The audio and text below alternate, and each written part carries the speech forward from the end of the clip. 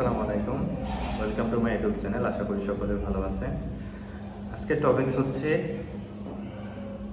বন্যার্থী মানুষ যারা আছে, যারা বর্তমানে খারাপ অবস্থায় আছে, তো তাদের পাশে দাঁড়ানো নিয়ে কিছু কথা বলবো।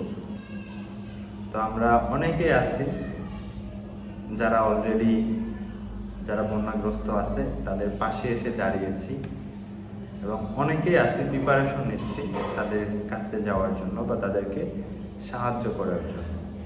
তো আমরা দূর দূরান্তে যারা আছি তারা একটু চেষ্টা করব আমাদের এলাকা ভিত্তিক বা মসজিদে কিছু কালেকশন করার জন্য।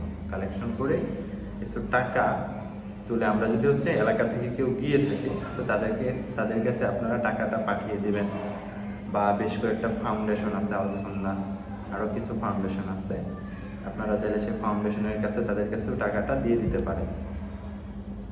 তো এইভাবে কিন্তু আপনারা দূরে থাকলেও বন্যার্থ যারা আছে তাদের পাশে দাঁড়াতে পারেন। তো আমরা ইতিমধ্যে জানি বন্যার্থর ভিতর বর্তমানে কুমিল্লা, বিশেষ করে নোয়াখালী, ফেনী, এই কয়েকটি অঞ্চল খুবই মারাত্মক অবস্থায় তারা অবস্থান করছে।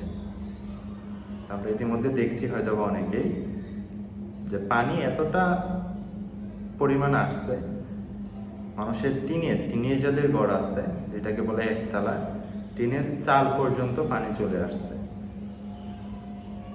এবং ছোট ছোট বাচ্চা যারা আছে তাদেরকে রেস্কিউ টিম নিরাপদ জায়গায় নিয়ে যাচ্ছে। তো এই বিষয়গুলো দেখার পর আমাদের জানি না, এক একজনের হয়তো এক একটা ফিল কাজ করে।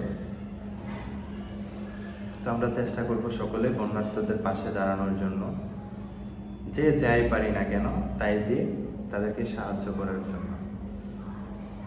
আপনি যদি এলাকায় এরকম কাউকে না পান তাহলে কয়েকটা ফাউন্ডেশন আছে, আপনি তাদের মাধ্যমে আপনি টাকাটা পৌঁছে দিতে পারেন। তো কুমিল্লার অবস্থা খুবই ভয়াবহ, খুবই খারাপ। কুমিল্লার ভিতর কয়েকটা অঞ্চল আছে, সে অঞ্চলগুলোতে পানির পরিমাণটা একটু বেশি। তো আল্লাহ যেন সকলেকে হেফাজত করে, আমরা সকলে দোয়া করব তাদের জন্য।